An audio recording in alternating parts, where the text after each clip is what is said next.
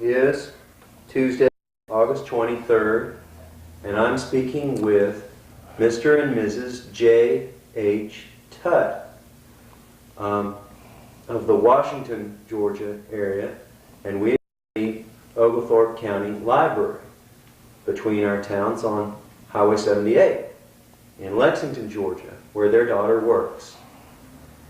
And I'm interested in hearing a little of your experiences during the World War II era. Well, okay. We married. I was working in the exempt industry, and we married in August 17th, 1941. And when the Jets bombed Pearl Harbor, we saw our lives change right there. So my buddy and I, that we went to school together and one thing and another, we decided to get in the Air Force because we always wanted to fly. And after many unsuccessful attempts, they wouldn't take us because we were both married. So we had to join the Army to be eligible to take the examination to get in the Air Corps. And fortunately, we both passed.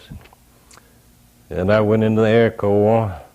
I won't cover all the places I went, but I wound up, he and I both passed the pre-flight and all the other schooling. And I was classified as a bombardier, and he was classified as a pilot. Well, I went to bombardier school, pre-flight in Santa Ana, graduated from Roswell, New Mexico. And he trained in Alabama, but washed out. And then that's where our story begins, when we broke up housekeeping, because I knew things wouldn't be the same with what was in face of us. So I went through many camps and wound up in pre-flight in Santa Ana, California, and graduated from Roswell Army Flying School in Roswell, New Mexico as a bombardier. In January of 43. January of 43. And then I was assigned to aero gunnery in Las Vegas, Nevada, and completed aero gunnery. Then was assigned to first phase in Boise, Idaho, and I completed first phase in Boise, and went through second phase in Boise. And third phase was in Walla Walla, Washington. So in Walla Walla, we were assigned to made up a crew. There was a pilot, co-pilot, navigator, and bombardier. And we didn't have any crew members to start off with. We just flew around ourselves, but then we were assigned 6 crew members, all the way from tail gunner to top turn and radio operator. And then after training in Walla Walla, there were 36 planes that completed the training. These were B-17. B-17. And we went from Walla Walla to Kearney, Nebraska. And on the flight from Walla Walla to Kearney, we hit a terrible storm over northern Idaho, and we lost one plane and it crashed into a mountain over northern Idaho. And we'd landed in Kearney, Nebraska, and Ruth and her girlfriends followed us to Kearney. And after going through all the rigmarole there, they tried to get on the base. So I'll let Ruth tell you her part of that. Let me back up a little bit, and by all means, go on ahead, ma'am. You ready for me to? Yeah. All right. Well, at Kearney, or Kearney, however they pronounce it, the wives were not allowed on the base for some funny reason. So we went back to our motel, took off our wedding rings, went back to the base. Somebody else was on duty then. So we got onto the base to see our husbands. We went to the officers' club and for an hour or two, and then that was when we said our goodbyes. Because he was ready to go overseas from there. I had gone out to Roswell, New Mexico, and he didn't know I was coming. He had told me not to come, but I was not about to stay home. There was a girl in Chattanooga who was going out to be with her husband, so we went out together, and we got there on Saturday afternoon, and we went to the base, and they called our husbands to the gate, and he was so surprised to see us. But we found places to stay by knocking on doors. People were so patriotic, and we had a really nice place to stay in Roswell. And when we got to Las Vegas, another couple and Joe and myself shared an apartment for 6 weeks at gunnery school. And then in Boise, we found a place in an old hotel. And then in Walla Walla, Washington, we again knocked on doors. And we made lots of friends that way. We knew a lot of couples because we both could know, the couples. It was just lots of fun. Why don't you ask me a question? How long were you in Walla Walla, Washington? Probably 6 weeks or so. I know the cherries were ripe, and I remember how delicious they were, and the apricots in Walla Walla. In Boise, we were there before that, and the Snake River was overflowing its banks. In Las Vegas, I just never seen such a wide open town, and it was a little bitty place then. But it was fun seeing that life. I never played a single slot machine, and I didn't get to church while I was there, but if I had, I know the churches would have had some slot machines somewhere. And in Roswell, New Mexico, we just there were such nice people there. They were so nice to us. Well, one thing I'd add, so many of those people that we made contact stayed in touch with us until they all passed away. That's right. The couple that we lived with, the boys had to be on the base during the week, and on the weekends they'd come in for Saturday night. And this other girl and I shared a room at Mrs. Mulkey's, and on weekends we had to find another place to stay, one of us. So we went down the street and knocked on a door, and a Mrs. Johns, who was from Georgia, and her brother-in-law was the dean of the University of Georgia. And I told her I graduated from the university, and she just hugged me our necks and just let us stay there without charging us anything. And on weekends, he ran a Coca-Cola place there. In what town? Roswell, New Mexico. Mm-hmm. And he offered Joe a job when he got out of service, but Joe felt like he had to go back to Georgia. But they were so nice to us, really. Well, everybody was nice to us. It was a time when there was a great deal of patriotism. But that's quite a bit of moving around. What years are we talking about there? I went to Roswell in October of 1942, and we stayed there until the last of January. And then we will move to Las Vegas. We stayed there about 6 weeks. About the middle of March, we will move to Boise, Idaho. And you need to repair anything? I think I'm all right. All right. And then we were sent to Walla Walla, Washington, and we stayed there until at least the middle of June.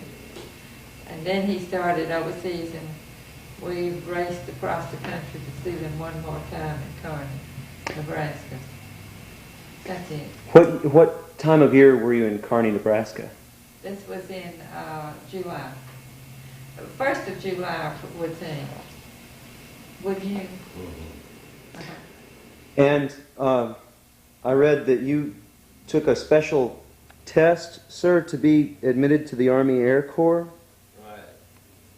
Can you tell me anything about what that was like? Well, it took a half a day to take it, and it had questions that I hadn't fully covered in school, but I did a little pre-study before I stood those tests, and fortunately I had studied what I took and passed it, and then I was accepted. He started getting into the Air Corps in January after Pearl Harbor. So you see, that was just a month later, and then he stood that test about March, wasn't it? And then he was accepted into the Air Corps, and things were so filled up in all the bases that they didn't have room at that particular time to start him into getting his training. So he left in June to go to, the first place you went was Nashville, wasn't it? And he went through that procedure, and which was not too long. Then he got to come home and stay for 2 or 3 weeks, and he painted his parents' home at that time. And then he left for Montgomery, Alabama. I guess it was around the 1st of July, don't forget. No, I left for Santa Ana in July. Well, you went to Montgomery at one time. That was in March. Was it? Yeah. Hard to keep up with all those things. And then he was in Santa Ana, and then I just had to go on out and follow him around.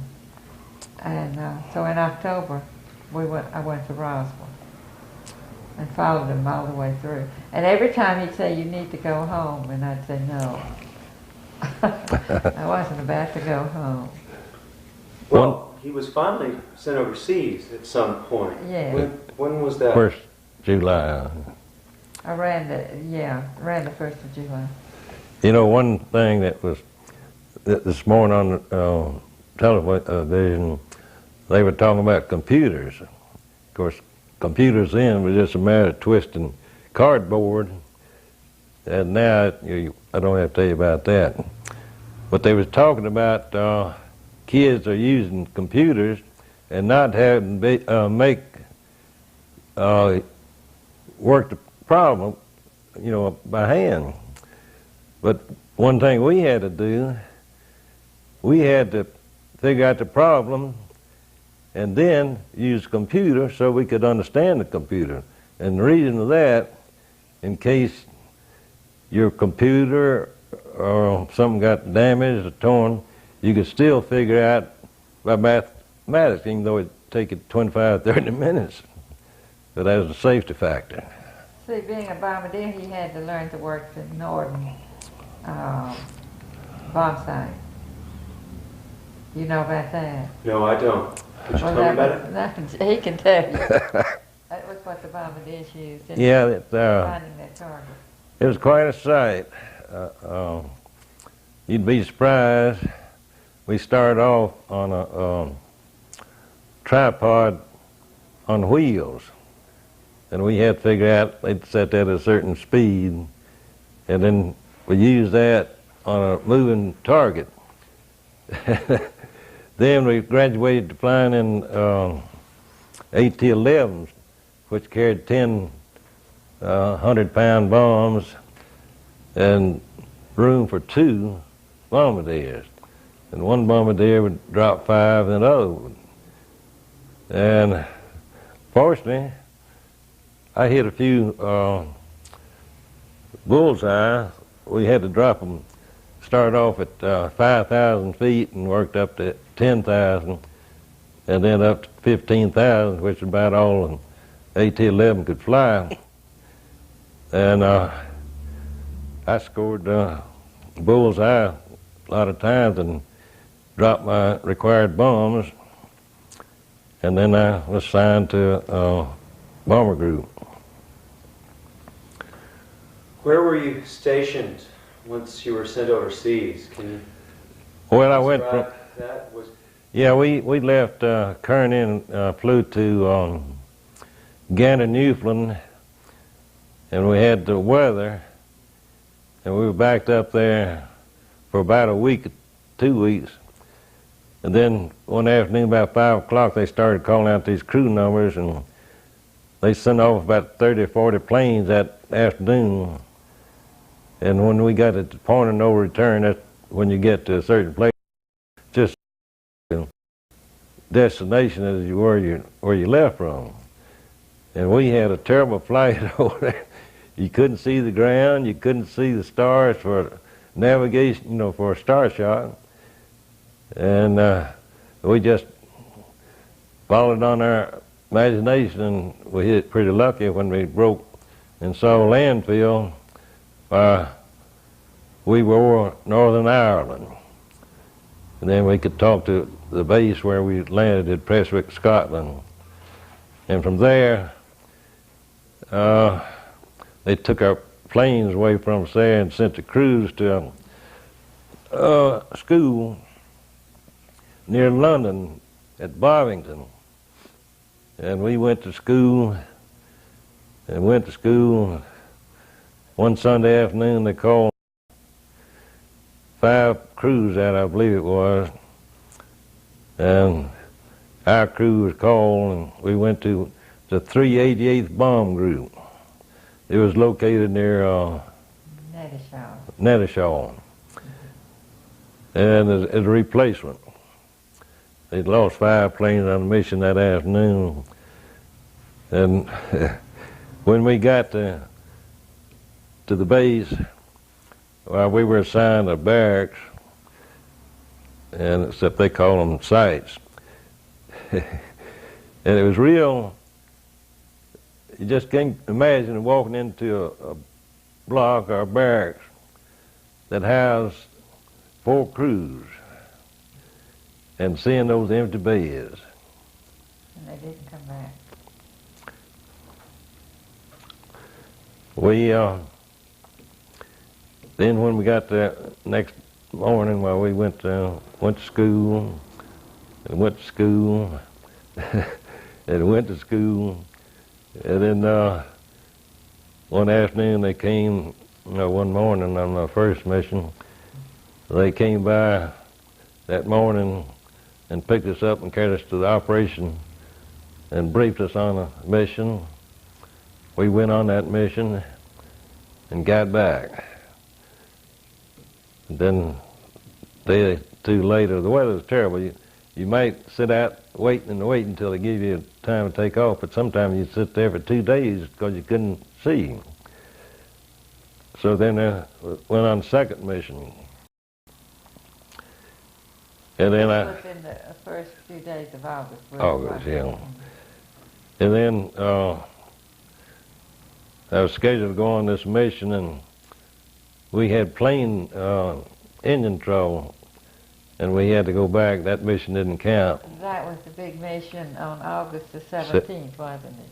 Yeah. When so many planes were shot down. And on August the 19th, they were bombing some places.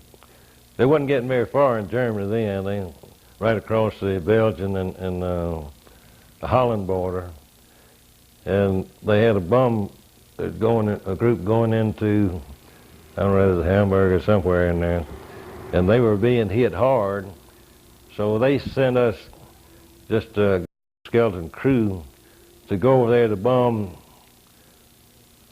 Groningen, which was an air base. See, the German fighters could take off from one base and tack and then go down and refuel and go up and tack again and again. So our mission was to knock out the bases that they were going to land at. It was in southeastern Holland. Yeah. That was the base they were bombing. It was a German base in Holland. It's right funny. We on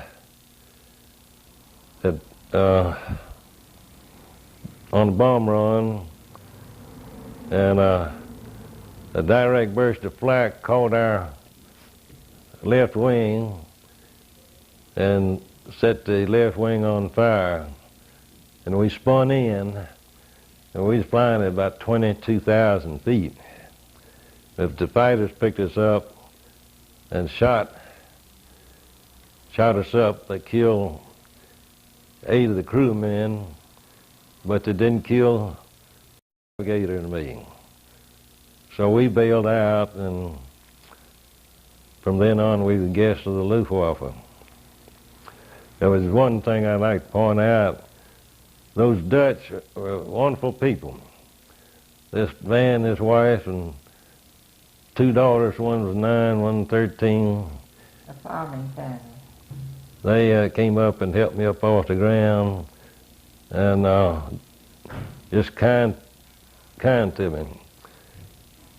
And we had a escape kit which contained medicine, chocolate, and what have you. And when the Germans had surrounded me, and when I saw them coming, I gave this lady this escape kit. And the Germans came up there and tried to take it away from them, but the charge of the Germans had studied over in the United States, and he was a real nice fellow, and they stopped them from bothering these people. So then they carried me to Kriegsmarine headquarters, and I was interrogated there, and one thing and another. Then they carried me and put me in a barn, and the navigator get out, and he was still in the air when I landed. I was the last to get out alive, and he was still in the air. And that night, I heard somebody just raising and saying about, "Get your hands off me," and they shoved him in the barn stall next to me. So the next morning, they got us up, and we walked to the railroad there, and we boarded the train, and then we went to the port and boarded the ferry, and then we crossed over to the mainland and picked up by German guards in a car, and then carried us to Amsterdam, where we were put into we call it a dungeon. We had 2 stories underground and no lights, nothing. They'd take you out twice a day in the morning and give you a slice of bread, and then at evening they'd take you out again and give you another slice of bread. And that went on for a little while. And then when they got a carload of prisoners, they loaded us on a prison car, Franklin, where we went to really interrogation and the fun of being captured. And then after we went through that, we were allowed to go to the Red Cross operation, and we had baths, shaved, and given toothbrush, toothpaste, and cleaned up, and ran into a lot of fellas that I knew. And I never forget, we were sitting against the fence there, and these 3 colonels come walking by. One was on crutches, another was walking cane, the other was limping. He walked over and kicked me on the leg and said, "Haven't I seen you before?" And I looked up, and there was Colonel Spivey. And I jumped up and saluted him. But where I met Colonel Spivey, they were from training in the United States and had come over to England to observe training over there, see if they could improve it in the United States. And when they wound up there checking out, they decided they'd take a trip, see what it was like. On a bombing mission. The bombing mission. And they saw. Got taken out. Yeah. But it was an experience you won't forget. Then you went from there to... Oh, yeah, went from there to Stalag 3, which is southeast of Berlin, about 60 or 70 miles over in Poland. At that time, it was Germany, though. What? Oh, yeah. Uh-huh. It's in Poland now. That's fine. But that was really an experience that you dream about sometime and can't help but forget, especially in August. And you remember you were shot, I was shot down August 17th by my wife, and then I got shot down by the Germans on August 19th. So your anniversary was August 17th? Uh-huh. Of what year? What was the year of your marriage? 41. Before Pearl Harbor. But in camp, of course, we flew from Frankfurt to Sargon, which is Stalag 3, in boxcars. And when we got to Sargon, we were photographed and we were interrogated again, and the stuff that had been taken away from us was given back to me. Didn't everybody get it, but those that shot down early got their things that the Germans didn't want back. I got my knife and with a little pocket knife and pen, pencil, and watch. And the reason I got my watch over on the island where I was shot down, this nice Captain Altman said if I had anything I'd valued, better let him take it, and I would get it back. And I said, well, since you're so kind, if anybody's going to get it, I'd rather you have it. He took it when I got to Sargon 3, and went through the inspection. All my belongings were in a brown envelope and dumped on the table, and I picked it up. So there I was, guest of the Luftwaffe.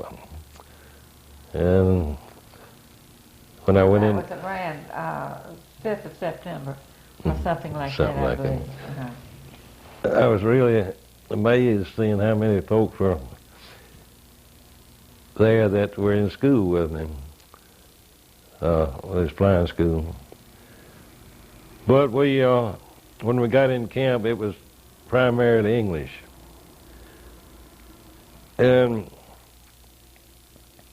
when the Germans brought the potatoes in, they'd dump them on the ground, and then the English would go out by rank and first come, first choice. Highest rank.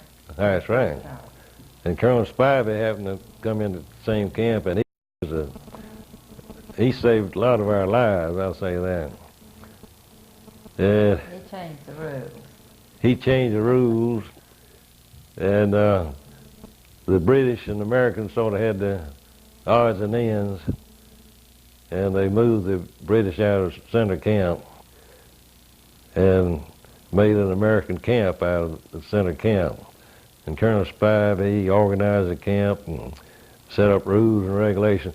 See, each camp had a senior American officer that was in charge, and any communication between the men and the Germans would be through him. You couldn't go to a German and express yourself. You had to go to him, and he'd represent you, and he did a good job of representing us.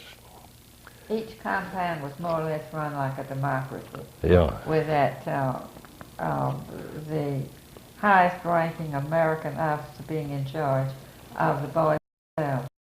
Germans, of course, were in charge, but Colonel Spivey did a great deal to get the boys ready for what may come in the future. The American Cross did a great job. In fact, the boys owed their lives to the Red Cross and to Colonel Spivey in the center camp. YMCA, you know. Yeah, but the Red Cross, the YMCA did a lot of good. They brought in entertainment, like books and sports equipment.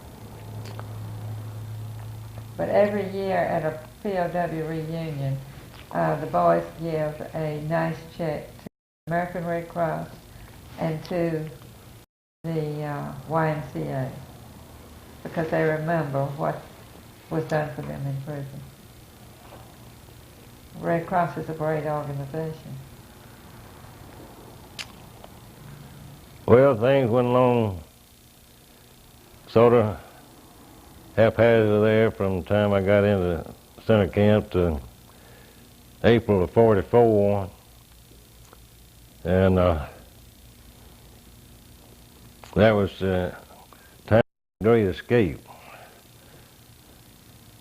And there was a pen next to us, and I have a diagram of the Great Escape. Why don't you just show that diagram off just briefly? This was in the English compound that, from which it took place. I see. And what's the meaning that's inside of? Retired officer. I see.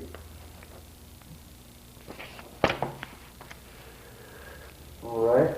So that was actually at the compound beside your own? Mm-hmm. The prison camp was made up of North camp, south, east, west, and center. And center. And Joe was in the central compound. This was from the north compound where the Great Escape took place. That is the escape. You remember Steve McQueen played in a movie about the Great Escape, and that was a true movie. If you want to be entertained, check it out and watch it on TV. We could hear the shots when those 50 were shot. There were about 78 boys that actually escaped through that tunnel. And 25 of them were recaptured and put back into prison. 50 of them were caught and shot right outside the prison camp so the boys could hear the shot.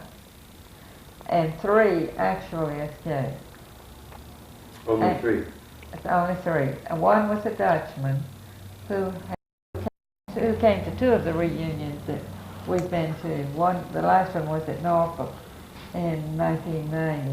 And he was a big fellow. He came over to the United States and became an American citizen after the war. And he was, I believe, a pediatrician out in Hawaii for a period. And then he settled in Norfolk. But he wrote a book, which is very interesting. This fellow from Holland. He was from Holland. Incidentally, he died last year. I made him to kick the bucket. Well, I'm curious because my own grandfather was in a camp called Athens-Clarke 64 in Poland. He would tell me about something I'd like to ask you about. Did you quiz new people into the camp? The home life, were you suspicious of new prisoners?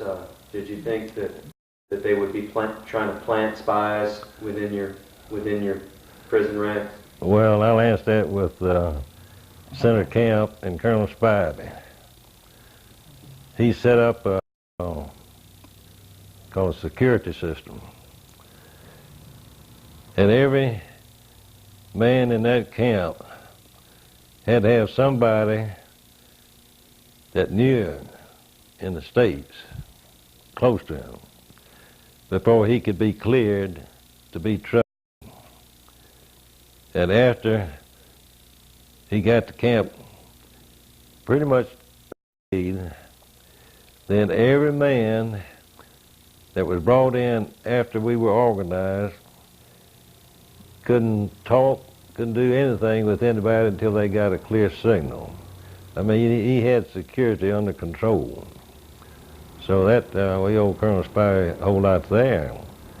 But he did have some trouble. We had a block 43. Instead, I lived in block 40. I lived in block 43, and this block 44 had some prisoners that just wouldn't adhere to any rules or regulations. And Colonel Spivey would put them in block 44 and let them live in filth, and eat all the victuals when they got issued or what have you. But that was it was called a bastard block. So let's see. That's after the Great Escape. We went through. Colonel Spivey made plans with the boys.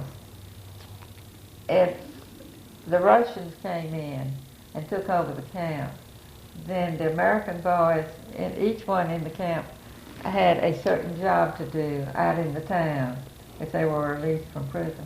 And Joe was to run the flour mill. Of course, he never got to do that. Isn't that right? Right. Yeah. But they were making plans, whatever might happen, they would be prepared for it. He tried to keep the boys in good condition, so if they had to go on a long march, they'd be able to do it.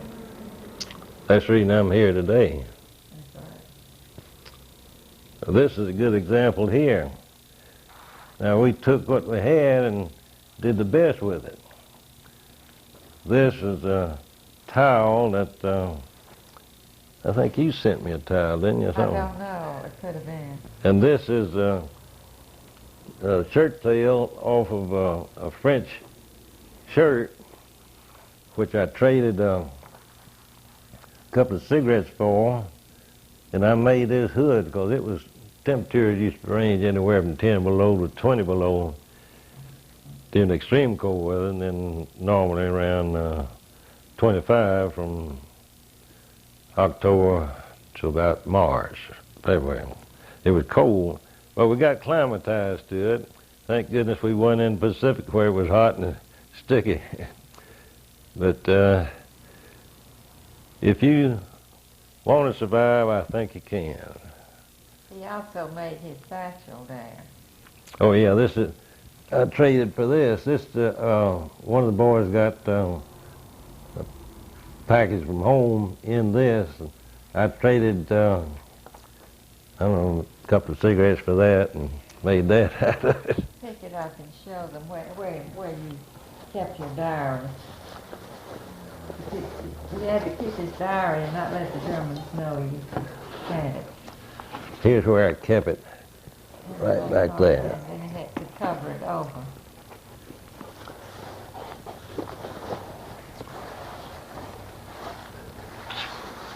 Did you have binding on that diary? Did you have a blank? Did you make that blank book, or? No, the Red YMCA gave this to us. Well, sent so many in the camp, and got so many of them. You bartered for it, didn't you? Yeah, I had borrowed. I think we got about 10 or 12 logs per block. And we drew for it, and I didn't win. And then you gave some cigarettes. I gave a for it. pack of cigarettes for this. That's how you got the diary. There were a lot of the boys, those who, well, I wouldn't say a lot, but some did keep diaries. Oh yeah, we had. I think the information in it is great. He collected a lot of poems and writings that the boys did in prison, and that's included in his. This book doesn't have it in it because it ain't any more pages than that thing. I couldn't afford it. Well, let's see where we're in camp. If you remember, no, I know you don't remember, but there was an attempt on Hitler's life in April. And as fate would have it, he happened to get up from the chair and walk away from it when the bomb went off. Then things got really rough for us in camps and everywhere else because the Waffen-SS and the Hitler Youth began to take over. And they made it pretty rough on German civilians as well as prisoners. Then we went on through summer of '44, and we planted gardens and did everything we could to supplement our rations, which were being cut and cut and cut. We used to get a parcel per man for a week. Then it got half a parcel per man per week, then a fourth a parcel man per week, and then can to can, the parcel had powdered milk and basic thing. Those are Red Cross parcels? Right. But we knew we had to get back, but we were going into, well, Christmas of '44. We had our Christmas and we had our church services. We had our living, but we tried to escape. But when all those got killed, that went down to Colonel Spivey outlawed any escape attempts because he didn't want them killed because the chances of getting back were nil. So we went on to Christmas, and things were getting tighter and tighter. I tell you, rations getting scarcer and scarcer. So we knew in the Russians on January, last part of January, Around the 27th, I think. 27th, the Russians were about 20, 30 miles from where we were. And one night, always a little after midnight, they ordered us out of our block, barracks. And we lined up and stood out there for a while, and we got all the food we could carry that we had accumulated, and they started moving them out. And we walked and walked, but those of us... The snow was deep and was very cold. Yeah, snow was almost up to your ankles, to your knees. It was hard walking. It's terrible walking in deep snow. But we hit the road, and we was lined up all around, and there were German civilians coming from the East Front who had migrated to the East when Hitler took over the East. But they were bringing them back, and we'd pass a railroad track siding and see these flat cars with just oodles of Germans frozen to death on those cars. They had a terrible time. And then on our march, we first night we spent the night in I can't think of the name of that town. Halbo. And we spent the night in a church.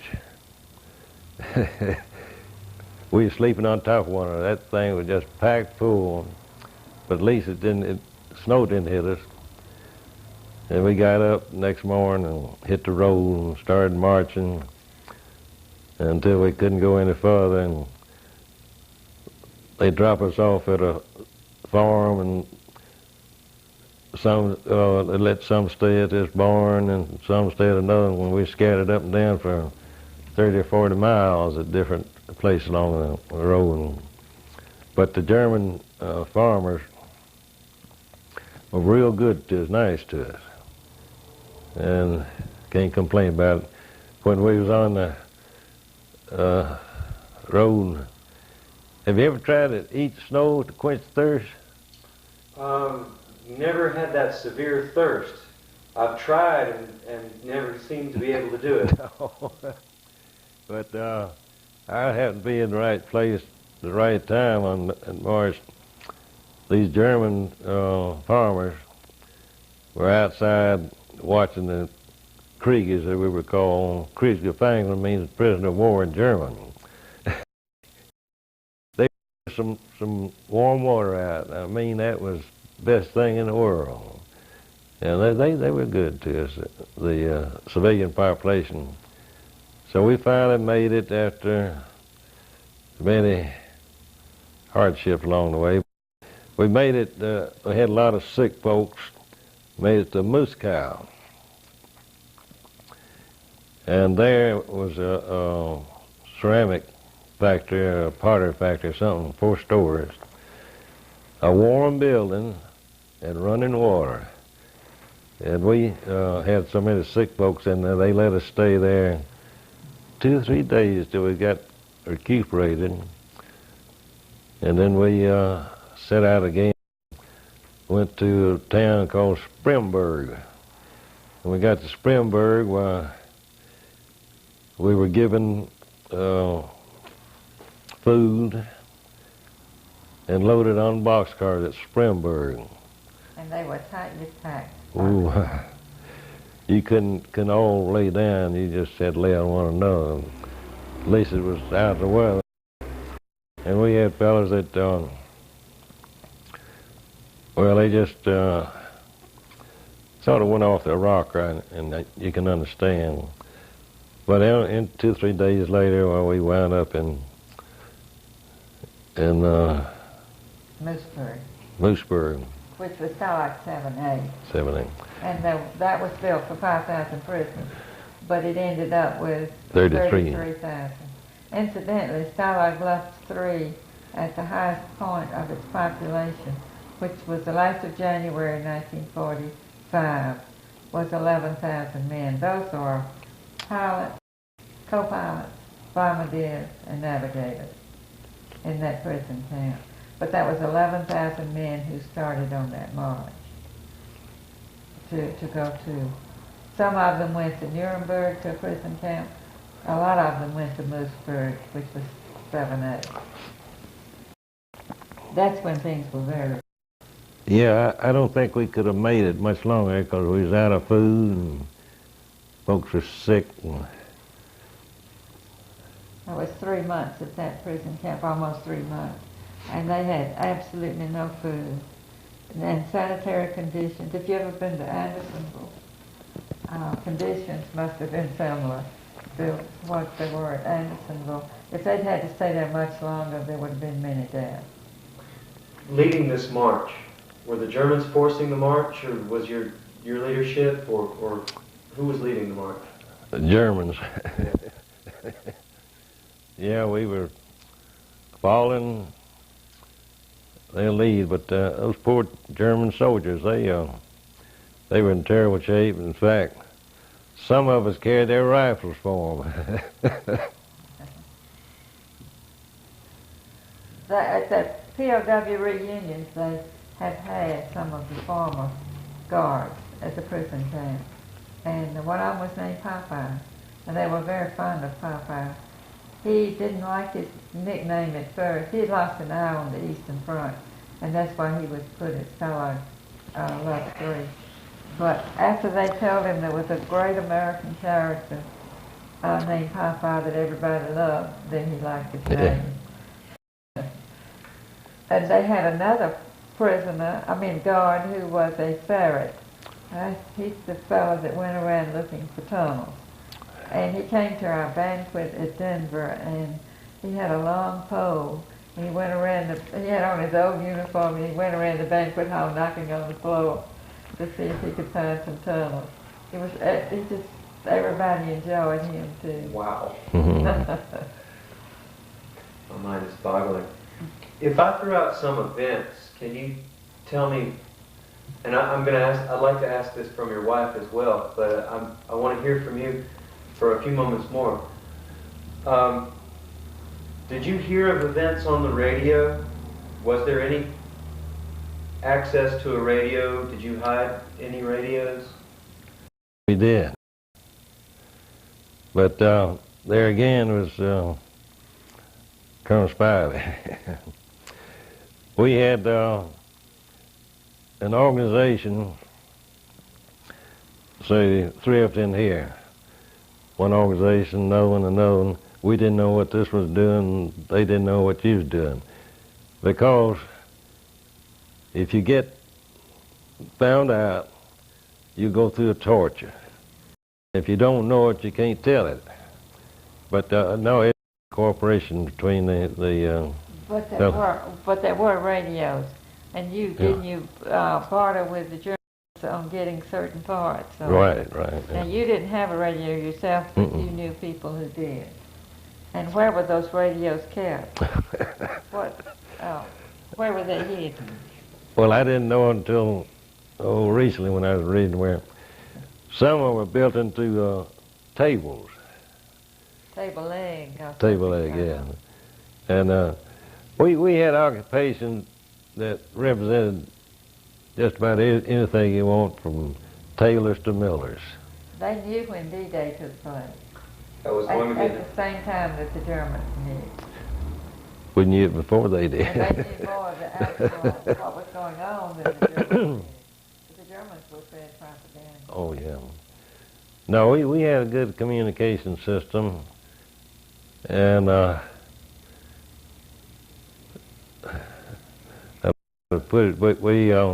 we had organization, and we had good leadership, and we had talent. They could do anything. In other words, they needed some passports or anything. And old Shupp, Dick Shupp, he was in charge of that. He would dictate that we need 200 German uniforms, or we need this, need that. And he would then dictate where come from. It was organization. That was, you mean, that was uniforms that were going to use if they managed to escape, yeah.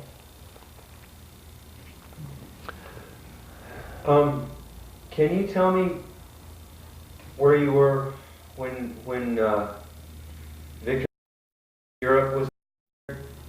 Were you actually liberated at one time? I was liberated April 29th, and the war ended May the 6th. General Patton's army liberated that prison there, and it was a great day. Yeah, I remember that quite well as thousands of others do. In fact, they had to set up troops around the prison camp to keep us in, because we were going out scrounging, as we called it. And we went out, we got a hog and got an iron pot, but we brought it back. We killed a hog and boiled that son of a gun all night long. And then the next day, we who helped in that thing had a full belly. When General Patton came into the camp, some of the boys followed him around, and Joe was in the group. And he was just as nice as he could be. And he's always used some hard language, but they didn't hear any of that from him. We thought we saw the best part. Yeah. Yeah. No, he was a nice fellow. I remember after we was liberated and he was coming into camp, word got around that Patton was headed towards camp, and we made a beeline for the main gate. And he came in, and I just happened to be in a group that he said, "Where y'all live?" Well, I had lived in the barracks until we tore up the floor to keep warm. Then they put us in tents. And we told him we was living in tents, and we led him and his aides and what have you. And incidentally, one of the aides was from Cartersville, Georgia, I believe. But he went down and saw the tent and the mud, and we were sleeping on gravel because the water was flowing down from the restrooms and kept it muggy. And we had a hard time keeping it dry there. But we managed. But old Patton was quite a guy. He said, "Well, don't worry, boys. I'm going to have you something to eat. Going to have you some hot showers." And sure enough, we had a shower tent about, gosh, I guess it was 50 yards long. And he had showers and they'd take our clothes off and dust us. And then... Was DDT? DDT. Ow! That was okay back then. Yeah. Well, we just didn't know. Didn't hurt you. You didn't mind. No, it's better than bugs. When he came home, there were spots all over his wrists and his ankles. he had tied his sleeves so that the little things couldn't crawl up, but he had lots of bug bites. No, if it is all dangerous they said, there's be a lot of folks died from DDT. But we had showers, and then we had food. Then, of course, the war was still going on, and troops were going through Mooseburg, and we were going to town, but we'd always come back to camp. Now, some of the fellows would stay in homes or anything, but we just felt lost if we didn't go back to the camp. And we stayed together as a group. There's 12 of us in a group, and one of them went off his rocker, so there's only 11 of us left out of that group. And how long had that group been together? Well, The 12 of you? Started about 3. yeah, started that. We started off with 4. This is a combine. That's what you call a combine. These boys would cook their own meals and live in the same little area in a barrack. And it built up from 4 to 12 was the highest number you had. By January 45, there were 12 in the combine. So that's the 12 he's talking about. They stuck together even at Mooseburg. Well, we drew rations in combine. And when we first went in there, when it was 4 of us in the combine, we had double deckers. They was moved in while we made a triple decker out of it. Then we'd sleep together, and usually we had 2 blankets apiece, and we'd put the blanket on the bottom and 3 on the top to help keep warm. But we did have a problem. Where did it start?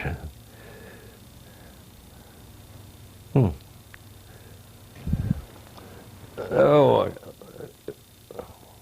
I can't think of it. We had several problems, but it didn't worry. We could lick them, and we did. Well, go on. I was just going to say, because they were released from prison on the 29th of April, and the war was over, I believe the 8th of May, was it not? I believe so. Okay.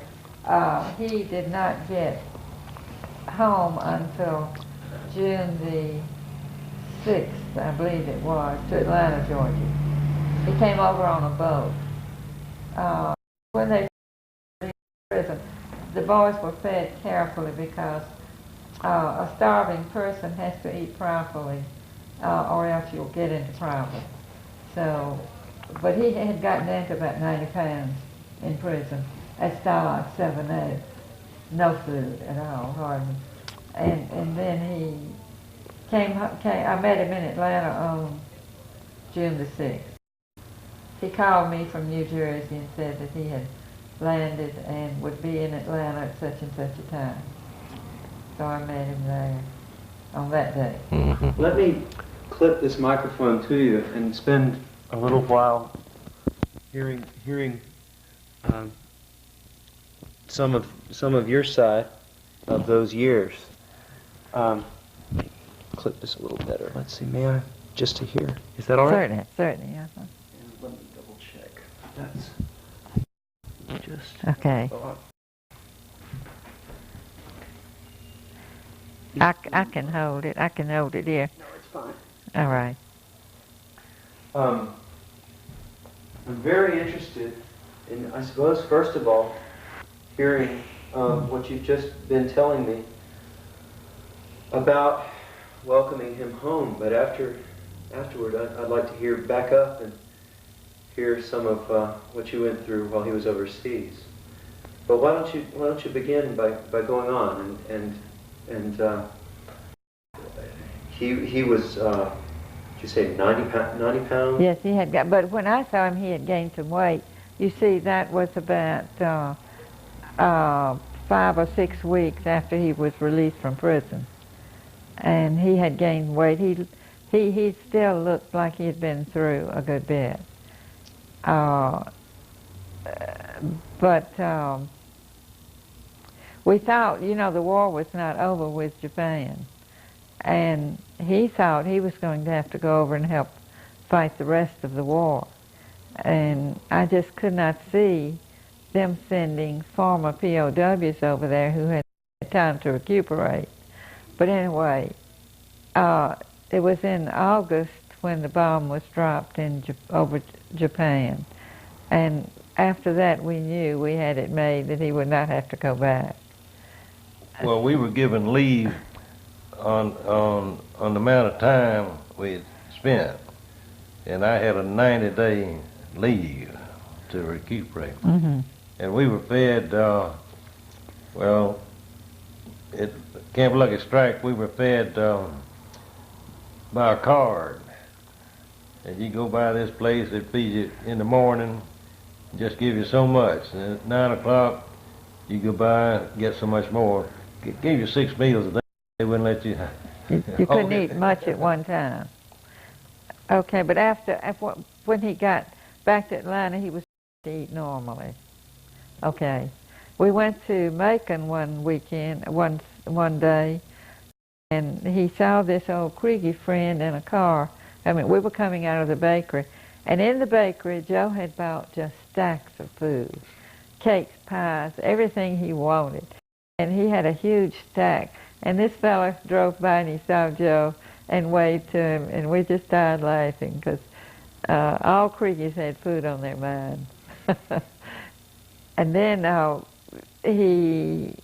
we began to settle down when he was really released from the Army in January of '46, I believe. Isn't that correct?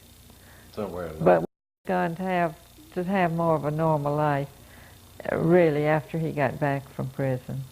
Going back to when I went out to follow him around, I wouldn't have taken anything for all of that time we had together. It really was something to think about, you know, while he was over there in prison. I just knew that he was either going to be killed or shot down. So I knew that was in front of me. And of course, Joe knew that too. But we didn't talk about that part of it. And his parents were getting old. They were in their 60s, living in Monticello. And I had been working there. And we had lived there, had our own apartment there for a while, until the war came along. Then I decided I should go back and live with them because I felt like they needed me. And his father was running the flour and corn mill there in Monticello. And as it so happened, his father had 2 heart attacks while Joe was in prison. And I helped to keep the mill running. I had one good black man who knew everything about the machinery. And it really wasn't too hard to do with him at the controls. His father would, when he had the heart attacks, would be home 4 or 5 weeks to recuperate each time. So, and I had a wonderful minister who would come down at noon every day and let me go home to eat my lunch. So I'll never forget that, how kind he was. He'd stay a whole hour at the mill for me. But it was really, those were hard times, hard years. You went through so much emotionally. I had 3 brothers in the Naval Air Corps also, and one of those brothers was lost in the Pacific during that time. What was your maiden name? Gerard. I was born in Wilkes County near Washington, Georgia, and I managed to get through college. You know, it was pretty tough in those days. It was during the Depression. And then I taught school at Rennes, Georgia for 2 years. And I decided I didn't want to teach the rest of my life, so I got a job with Farm Security, and I was sent to Monticello. And I worked with Farm Security for 2 years. That was where the government loaned farmers money, like $50 or $75 a year to run a farm for that whole year. Isn't that amazing? That small amount, that was a lot of money then. So, and that's how I happened to meet Joe. Was he And farming at the time? no, he and his father were running the mill. So, In Monticello, Georgia. yes, that's right. Where were you in college? I went to Young Harris College for 2 years. You ever heard of it? Oh, well. Sal Miller's hometown. And he was a little bitty boy when I was in school there, and so was Bert Lance. And then I went to the University of Georgia, and I majored in home economics, and I taught that in Rennes, and I taught with Erskine Caldwell's mother in Rennes. Do you know who Erskine was? All right. I've begun to appreciate him more than I ever had before when I studied about his life. But his father was a Presbyterian minister there. Anyway, after I went to Monticello, then Joe and I married about a year after I had first gone to Monticello. And then the war came along. And his parents got along all right. But if I hadn't gone back to live with them, I don't know what would have happened. And where really did you don't. go back to live, and what time of year was it? Well, you mean after the war? Yeah, you mentioned you were living with his parents for a time? Until he came home from prison. Yes, and then we set up our own apartment in town. We rented a little apartment from a lady across town. And Where was the apartment? it was on, you go by the house, I guess, going to Macon. It's on the street going from Monticello to Hillsborough to Macon, Gray, all down there. All right. So were you working during the time? I was working at the mill. I kept books and ran the mill when Mr. Tutt could not be there. So that was what kept me busy. And I took off enough time to go on a reunion in New York City. There were 12 wives who got together. We'd known each other when we were following our husbands around. And it was just great for us to get together and talk and so on. We went to the Diamond Horseshoe, which was a famous nightclub in New York. It's no longer in existence. We went to one nightclub, and they wouldn't let us in because we didn't have escorts. So we went to the Diamond Horseshoe, and the fellow there, one fellow there who made up poetry, made up a poem about us while we were there. Do you recall it? I don't remember it. It was a long thing about our wives being, in the war. But it was, anyway, the wives just were very close friends during all of that time. What was it like running the mill during the war years? Did business decrease? No. People buying just as much flour? At that particular time, you see, this was a little country, sort of a country mill, and Joe's father was an excellent miller. He had had training ever since he was a young man. He knew everything about the milling business. He made the first cake flour that was made. He was working in Indiana in a mill, and some fella came and wanted some cake flour made. Nobody had ever heard of cake flour. So the man who owned the mill asked Joe's father to produce a cake flour. What the man was doing was selling cake pans, and he wanted to give a little bag of cake flour away with the pans. But anyway, he was an excellent miller, and he was well known in Monticello, and that section of Georgia.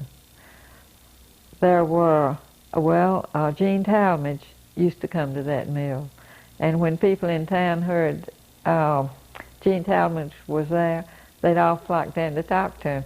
But you see, people would bring in their grain, a toll was taken out, and then they would be given a certain amount of flour, and the mill kept a certain part of it for producing the flour. And the corn was treated the same way. I've forgotten what percentage you took out. Do you remember the toll? We called it the toll back in those days. Was that all? 1/8, uh-huh. Okay, so when farmers would bring in a bag of grain, I had a chart to go by, and I could figure how much they were to get in return for what they brought in. Where was the mill in relation to the square in Monticello? Where the post office is? You go. Yes, I do. You, I can't you picture it. possibly go by it on the way to Macon. But it's It's not there. where an old railroad track was. Mm-hmm. Well, this mill was right by the railroad track. The railroad track is no longer there. Oh, yes, it is. Not the track, is it? Yeah. Okay, I'm wrong. All right, but the mill is no longer there. Yeah. But it wasn't far from. It was right there. Yeah. No, it was 1 block. Yeah. 1 block from the square. Yeah. What do you remember of some of those events? You've described to me Pearl Harbor. Oh, I'll never forget when Pearl Harbor happened. It was about 3:30 in the afternoon when we heard it on the radio. Joe had taken his parents over to Covington to visit his father's brother and his wife. And I had a friend visiting me, Fanny Boyd, and she'd had lunch with us that day. And we heard that news about Pearl Harbor. It was just devastating. But it was the one thing that brought America together. There was absolutely no one our country did not want war. But when Pearl Harbor came, we had to fight a war.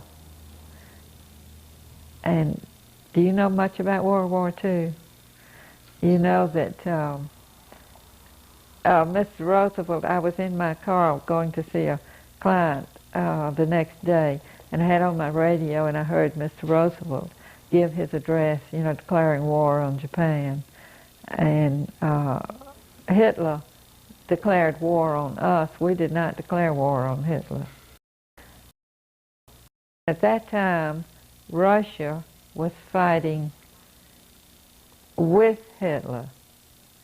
And it was shortly after that, I believe, in the next year at least, that that the Russians turned against Hitler. So they started out as allies and then were enemies. Well, can you describe moving from place to place for me? Any towns you like better than other towns? Oh, gosh, we enjoyed them all. I guess Roswell was our favorite place, and Walla Walla we lived in a home with a family, and that was very nice. But I enjoyed every single one of them. I remember how pretty Boise was. Such a pretty little town. We did not have a car. We got scared and we sold my car that I had, and Joe's family finally sold their car. So when I went out west, we were riding on trains. So my brother Booker, who was a naval pilot in the South Pacific, he was going on his first tour of duty, and I went down to San Diego, where he was leaving from there. He wanted me to bring his car back home. So we were at Las Vegas at that time, so I drove his car back to Las Vegas. Joe met us somewhere along the way. Was it San Bernardino? Yeah. Yeah, and so we had the use of his car from then on. But back then, gasoline was 15 cents a gallon. Mm-hmm. Did you have to deal with the rationing then? Oh, yes. That was no problem, though. We had enough. Nobody went a lot of places for no reason at all. They always had good reasons for going certain places. What town was it you met the wife of the dean from Georgia? Her sister was married to the dean. I see. And I can't remember his name right now. But everybody knew the man. He was a nice fellow. But Mrs. Johns, that was in Roswell. She was, and Mr. Johns ran the Coca-Cola place. And they were so nice to us. But she just had when she found out we both were from Georgia and that I went to the University of Georgia. Mrs. Mulkey was so nice, too. Who was that? She was the lady we rented. We had a private room with a private bath in her house. We had to go out for meals, but it was just, and we were in walking distance of a restaurant, And what town was Mrs. Mulkey? Roswell. Roswell, New Mexico. Yeah. Can you go back and tell me again about your husband's being sent overseas, and I believe you're wearing some jewelry as well there. Why don't you go on and show this off? This is the caterpillar pen. When Joe was in prison, he signed, maybe he should tell you that, he signed something from the Caterpillar Club, maybe through the Red Cross. I forget. Anyway, if you parachuted from your plane, you were eligible for a Caterpillar pen, and he had it sent to me because he was in prison, you know. So this is the Caterpillar pen. And around your neck? Oh, this is, we got this at our first POW reunion in Chicago. That's just a little ornament that was given to the wives. And it says Stalag Luft 3. This was the Stalag Luft 3 organization that had the reunion. So that's all it says on it. Former prisoners of war, and it has a swastika on it. Well, can you describe for me some of those times? When did you move back to Monticello? In July of, see, we followed the boys to Kearney, and then we dropped down, after they left, we dropped down to Dallas. I had a younger brother who was training naval pilots there. I wanted to see him. And then we stopped by New Orleans to see a friend of one of the girls that was in the car. And then we came on back to Monticello. We got home about the 20th or 25th of July. And then I was there the rest of the time. And then he was shot down on the 19th. And I got the telegram on the 28th of August. And I didn't hear that he was a prisoner of war until about the middle of October. So we had that time to wait to know what was going on. And thank goodness I was really relieved to know he was in prison, because I knew he was safer than he was flying. But then later, we had Red Cross bulletins to come in every month, and to the next of kin of the boys that were in prison. And in about March of 1945, there was a statement in it that said, if you have a loved one in a German prison camp, get ready for bad news, because Hitler had ordered that all POWs be executed. But the ones that were supposed to do that didn't follow through with Hitler's orders. Thank goodness. So it was just, we just rocked along day by day, taking time, each thing as it came. Do you remember other events like the invasion of Europe on June 6th? Oh, yes. Of course, there was no television. We were glued to our radios in those days, and we never missed the news. I can see Joe's father sitting as close to, he had one of these radios that was about so high, console, I think is what you called them, and he would sit right by that radio, listen to the news about 10 o'clock at night. Then he'd go to bed right after that. But we all listened to the news carefully. How about Roosevelt's death? Do you remember how you heard of that? Oh yes, that was a sad time. That was Joe's birthday, April the 12th. And of course they heard about it in prison, I guess pretty soon after it happened. Right. But he was a great man. A lot of people can find some fault with him, but he was the right man for us at that particular point in our history. And Mr. Churchill was certainly the right man for his country. And General Eisenhower was the right man. Yes, he was. He surely was. What did you think of Harry Truman? Did you? Oh, I loved Harry. Had you heard of him at the time? Oh yes, he was the vice president, of course, and he was a great man too. We really were lucky to have him. And he, of course, did not even know about the existence of the bomb until Mr. Roosevelt died, and he found out about it. Well, let's go on with some of those events. Do you remember events like VE Day and VJ Day, the dropping of the bomb? Oh, yes, yes. We were on an elevator in Orlando, Florida, when the first bomb was dropped. And I was so excited. And there were 2 or 3 people on the elevator besides us, and Joe just refused to believe anything like that had happened. And I just knew that this was the end of the war. But of course he realized it really did happen, but he simply, you know, he'd been through so much, he didn't believe anything that good had happened. Incidentally, we were in Dayton, Ohio, on the anniversary of the dropping of that bomb, of the second bomb.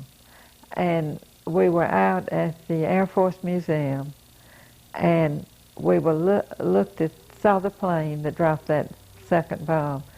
The one that dropped the first bomb is not in that particular museum.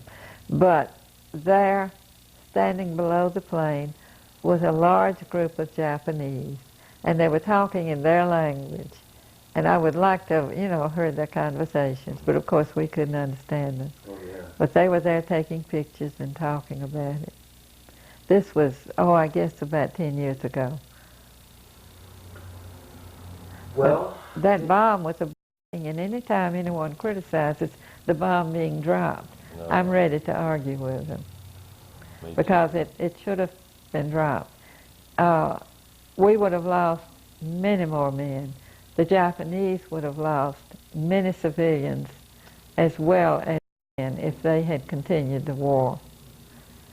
So the dropping of the bomb was a blessing for all of us. It was.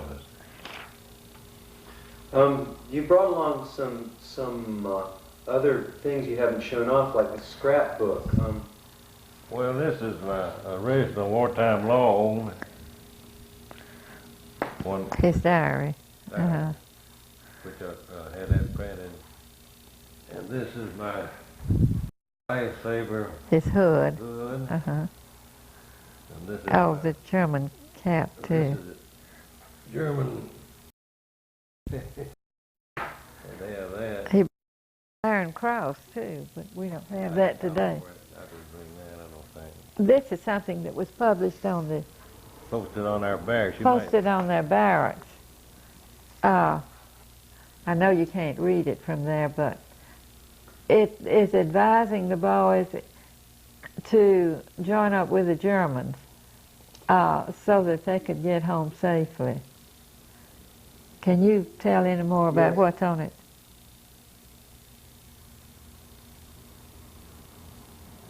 Okay. And the scrapbook. Oh, some of these are Oh, pictures. that's pictures of. Mm-hmm. Let's see. Let me see. You want It's about to fall to... I apart. see it is. This is. Oh, yeah, some of these are really good pictures. This You is, tell about them. I think you have to turn it around this way. Yeah, If you hold it up like I can't this. make out most of these photographs, but if you describe them, I can hear your voice. This is the original German record that he found after he was released from prison in one of the offices or somewhere. Yeah. But that's his mugshot and the information that they wrote down about him. That's my first day home. This was in Atlanta when I met him. These pictures over here are, there was someone there who was in Patton's army who had a brother-in-law who was in prison. And in fact, they were not brother-in-laws until later in the war because his sister married this fellow. But anyway, this fellow had a camera, and he made pictures there at Mooseburg of the tents and the boys. There is one picture of a boy here, right here. He ended up in the same prison camp with Joe. He was also from Monticello. He was shot down on D-Day, and his name is Ed Wicker. Or Jim. Most people call him Jim, but we call him Ed. Anyway, he ended up in Joe's Combine in prison camp, which was great. And that's the... This is a latrine, and you notice that you probably can't see it, but there are no wooden seats. The boys had taken all the wooden seats and used them, and you know, they had little stoves they called blowers, and they would use chips of wood in the stove. Now there you can see how we live there. Again, I can't see very well, No, you but can't. if this jogs your memory, I can hear your voice describing. Well, this is some of the way we lived. See if you can find a picture of the stove. That might be something that was photographed. Here's some more crickets. Here's some. Now here's a deluxe stove, and here's a standard stove. The stoves had little handles that they would turn, and it would increase the wind through it so that the little pieces of wood or leaves or whatever they had in there could burn.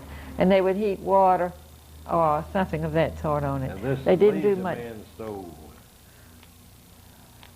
And that's someone hunched over a Lazy man stove. tiny lazy stove. And that's just some more. That's where during the battle of our liberation. Now these are just some. Those are bought pictures, aren't they? I think that's what they are. Yeah, these. But this is about pictures of combat and so forth. I don't think you'd be interested in that. But I guess that was the main thing there. Was there anything here? No, that's just some.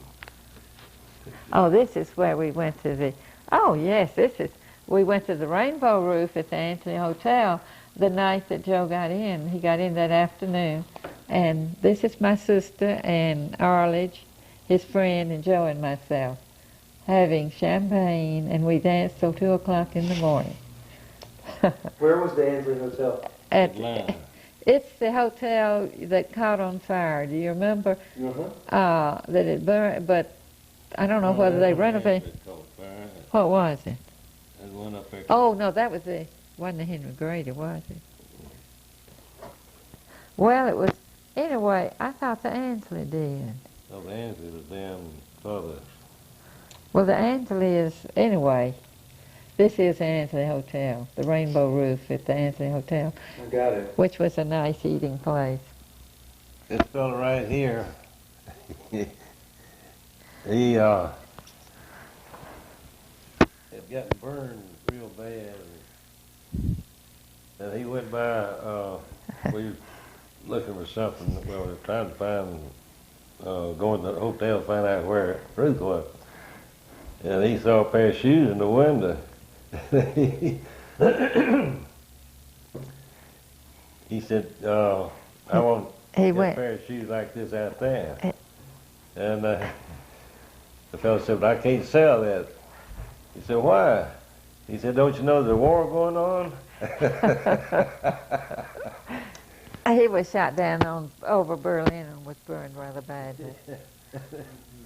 Incidentally, one of the boys in Joe's Combine was from Rhode Island, and we got to get in contact with him again. He comes by to see us a lot of times. Seen him in a couple of years. But he was burned badly, and the boys, this was his 3. The boys were so good to him, trying to take care of him.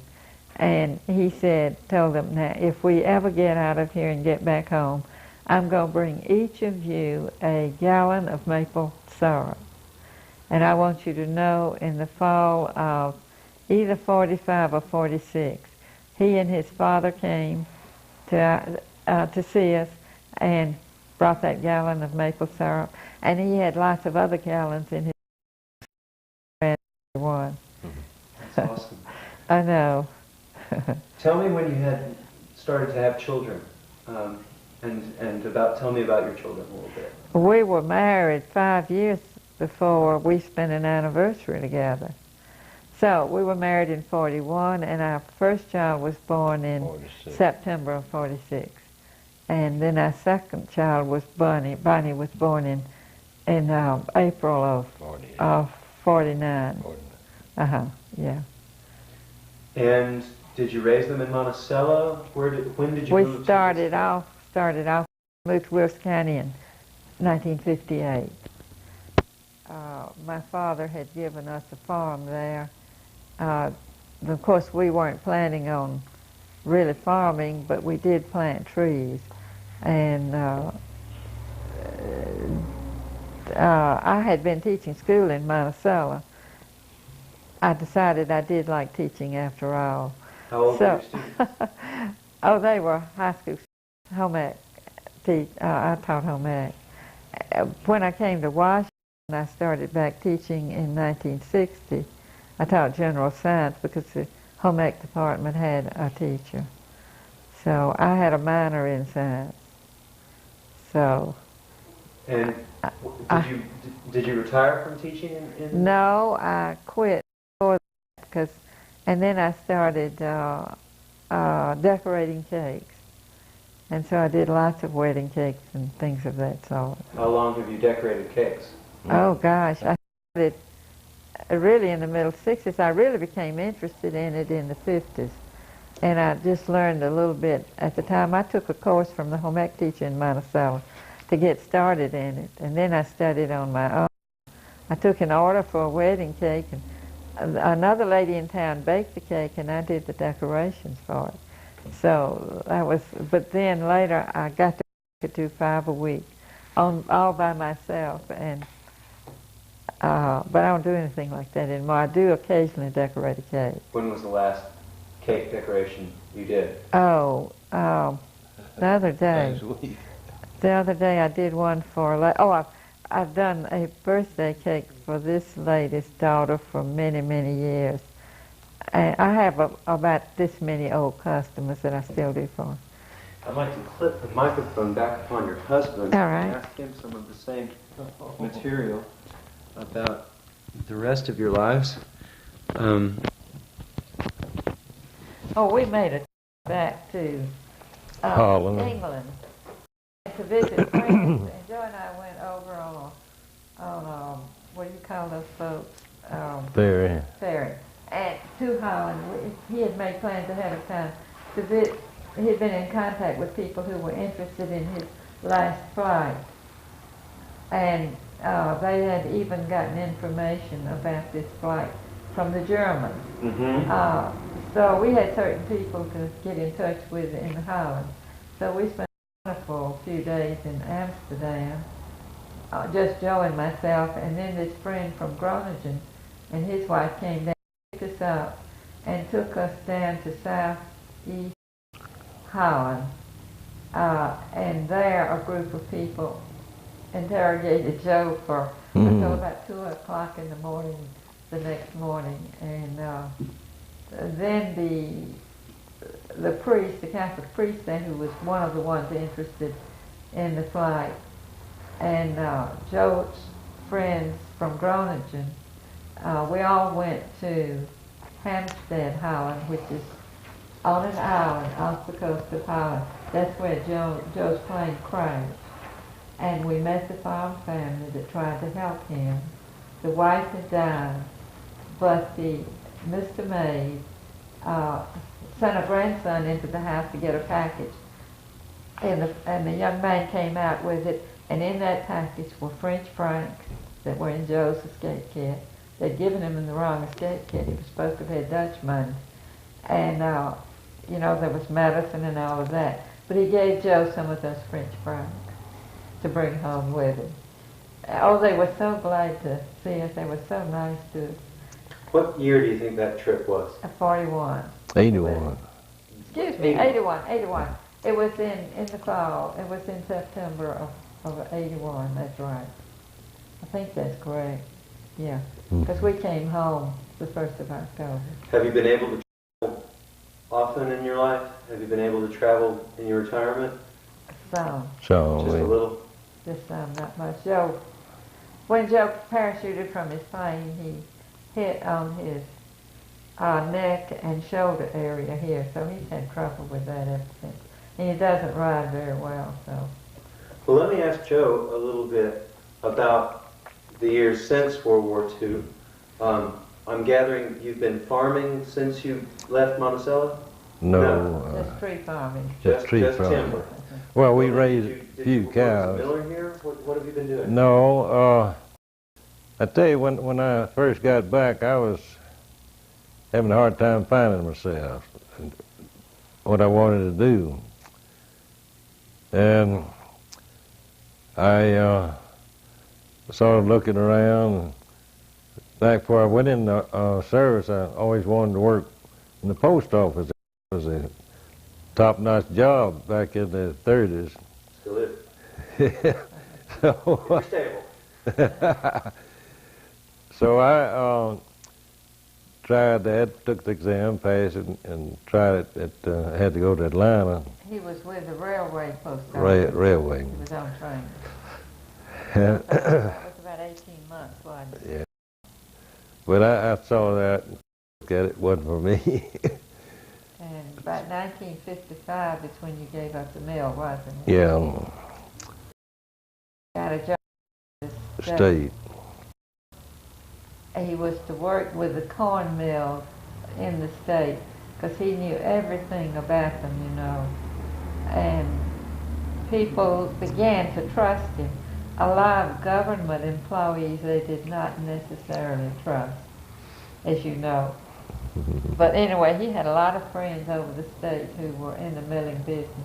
And then his job branched out a little more than that. But that was in about 55 that he took that job. Then I worked at that, and then went into, they started the grain inspection, and that's under the USDA, and I was in charge of that. And when I retired, well, that was it. I had worked up to assistant division director of the plant food, feed, and grain. And he retired in 78. And was that state or federal? Both. It was both. Combination. But your office or your agency, what was it called? It was a combination of both. I'm just trying to learn a little bit. Well, actually, it was operated by the state under authorization of the USDA. All right. He was under Tommy Irvin. Okay. Right. But you had to pass the examination, take the federal exam, or you could pursue that occupation, and that was operated by the state under the supervision of the federal government. Phil Campbell was his first ag commissioner, and then, you know, he turned Republican, and so then Tommy Irvin was appointed to take his place, and he's been elected ever since. I'm afraid. I did not know that story. You didn't. He turned Republican. There's He been a did. lot of folks like him. He since went then. to a Democratic convention, state convention, and I guess he just didn't like what was going on, so he came home a Republican. Every once in a while a politician does that. Remember Strom Thurmond, he was a staunch Democrat, and then he became something else and decided he didn't like that, so then he turned Republican. The Attorney General just did that here. That's right. I guess just one or two more questions. Do you have what's been occupying your time since you've been retired? Taking medicine. Now, we have been made a trip out to California to see his sister, who is 93, lives in a nursing home near L.A., at Torrance, California. Torrance is the name of the town? So we've enjoyed going out there to What is her name? What is his sister's name? Mary Louise Winterton. And she's 93, and it's amazing. Did she have children? No. But while we were out there, we'd take trips to San Diego and San Francisco and around. And when we're back home, we've taken tours when we were physically able with the, bus tours to here, there, and everywhere. We enjoy traveling, but I got where I can't ride, and I just all I do is take pills now. We've been to 3 3 reunions. Oh yeah. And they were great. That's a great experience. All the boys love each other. They hug each other. They tell all of these wonderful stories. Well, I'll ask you my final question. We don't have to, I mean, we can go on for, I've kept you here, but I tend to ask people last, just if you were talking to an audience of younger people, and this is for either of you, you know, who might only know World War II through history books, might think it was a dry and dusty subject. What do you think is most important that they remember from that time? How would you sum that up? What's most important? Yes, sir. Well, live right and treat your friends right and try to learn something every day. And don't forget that we have a great country. That's right. We don't appreciate it enough. We'd like to change a lot of things in Congress, wouldn't we?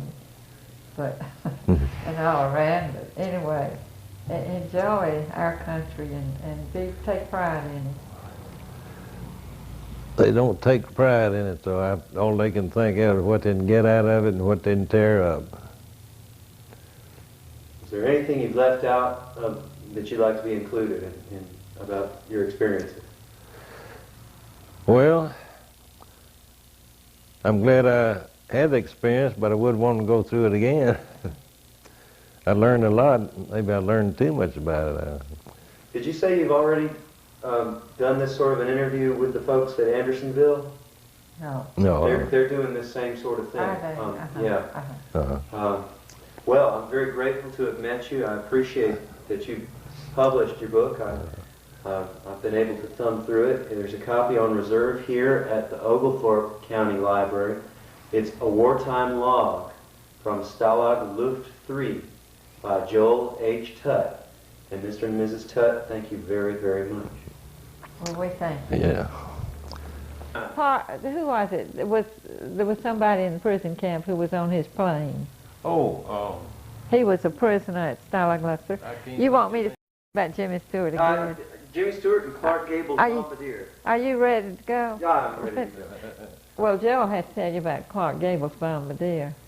Wasn't he in prison with you? Yeah, Clark Gable didn't make every mission, but he went on some pretty rough ones. Yes, he did. And you don't remember when they made that first shuttle mission to Russia, and then they flew back. Well, Clark Gable's pilot, was on that mission, and he flew to Russia and came back and was shot down on the way back and wound up. And Clark was not on that particular mission. That particular one. And Jimmy Stewart, he was in, well, he's just the first lieutenant when I was in Boise, and I didn't realize, all I knew it was Jimmy. They had on name tags, and they sat across the library from across the table from each other in the library, and he'd call Joe Joe, and Joe would call him Jim, or whatever it was. Anyway, Joe didn't realize who he was. Of course, when the wives went in the officers' club, there was Jimmy Stewart drinking a Coca-Cola, and we just went. You know, the wives went nuts over that. Oh no, there you go. But anyway, he was very tall and thin, but he was a very conscientious person. And he was the leader of his group of 24th. And I met Mickey Rooney in a drugstore in L.A. This couple that we shared an apartment with in Las Vegas, we went to L.A. for a weekend. And we were in Hollywood, and Betty Stupsky and I were sitting there at the counter, and there was this little fella that looked like Mickey Rooney, and he was talking, and he said, "I'm not Mickey Rooney, I just look like him, and I even have a car like his." But he was, he was just a teenager back then, but it was Mickey Rooney that we saw, but he pretended not to be Mickey Rooney. He didn't want people bothering him, and I don't blame him. Who was that wife got killed? It was out in Las Vegas. Oh, well, that was Clark Gable's wife. Yeah. Carol Lombard was killed in a plane crash out there Las Vegas. shortly before the time Joe was in training there. And when we would fly, or we take off at the airfield, and you can still see the wreckage up on the side of the mountain there. But you never know who you're going to run into. No, I guess you never do. Did you both like dancing in those days? Did you dance together? Oh, yeah. Yes, uh-huh. Did you dance at the Ansley Hotel the night you came Oh, back? yes, absolutely, certainly. What were your favorite dances? What sort of dancing would you do? Oh, the music was so pretty then. It was, let's see, oh, you know, there was, what were some of the popular songs? Oh, Saturday Night's the Loneliest Night in the Week. That would just bring tears to your eyes. What are some of the songs that were famous then? Bing Crosby had some good ones, you know. Did we what? Did you foxtrot and waltz? No, we just plain danced, just simple dancing. I'm not the best dancer in the world. Did you dance on the base before he was shipped overseas?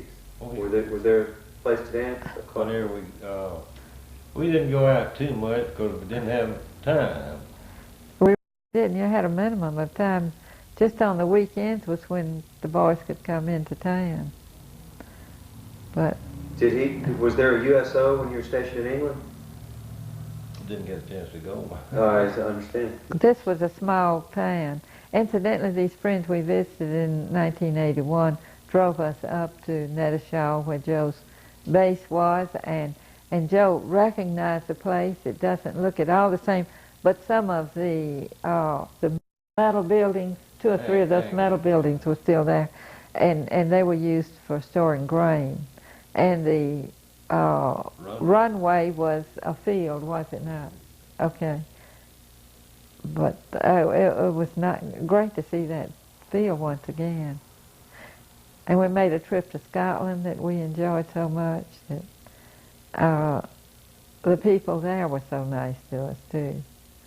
Yeah, one fellow and his wife were eating at the same place we were, and they were talking in the Scottish brogue. The waitress. The waitress was. And I was having a hard time understanding. So he got up and came over and interpreted for us, and we invited them to come sit at our booth. They did, and we got to talking. He said, well, how about me coming by and picking y'all up in the morning and show you some of Scotland, of Edinburgh. And sure enough, he did. He took us around and then carried us home.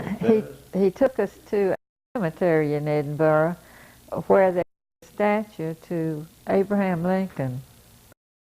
And there was some Scots who had Civil War, the war between the states, whatever you want to call it. And then he drove us, as he said, very few Americans know about that statue of Lincoln there.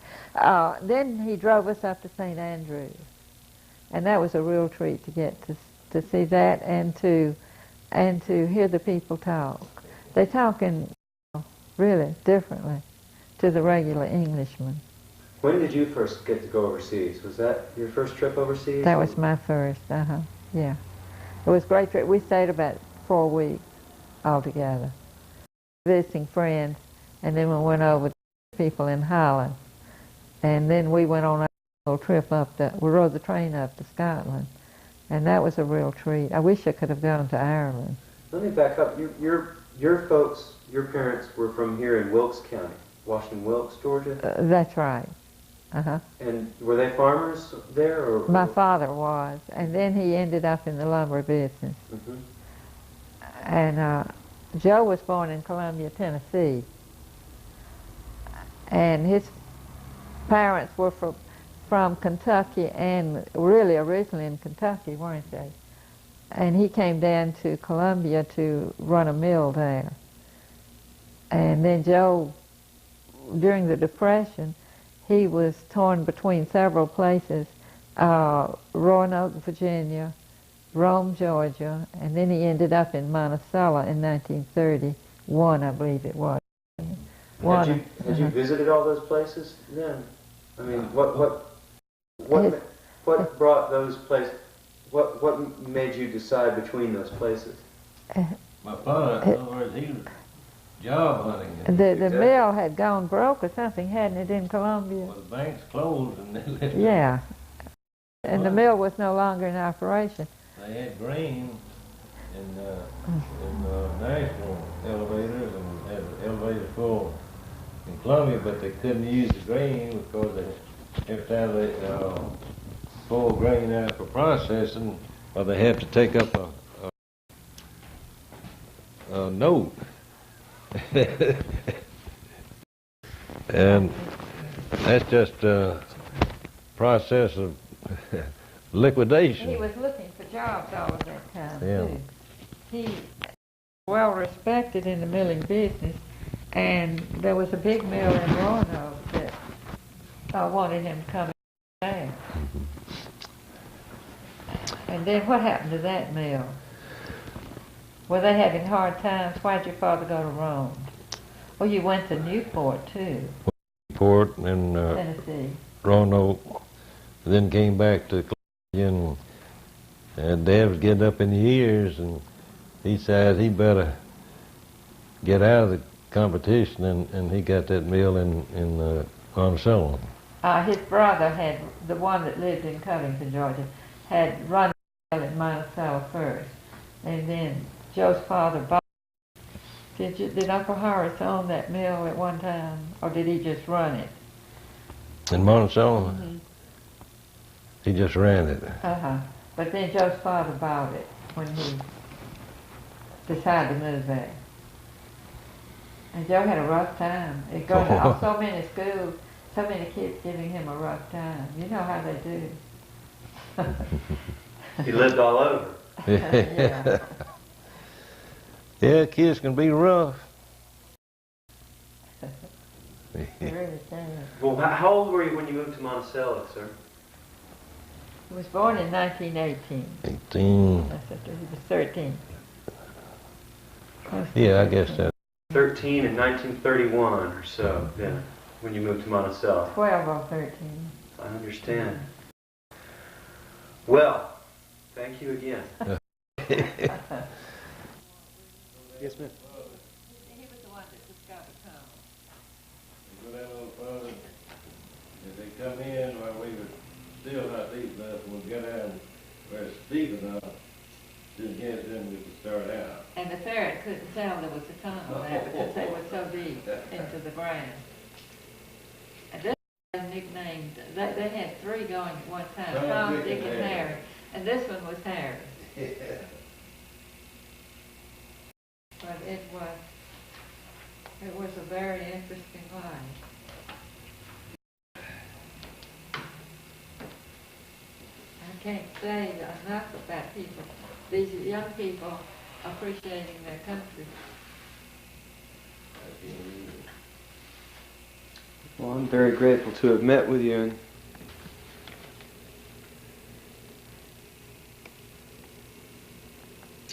Ruth can tell you that better than me right now. I can't, my mind not working too good now. that's all right.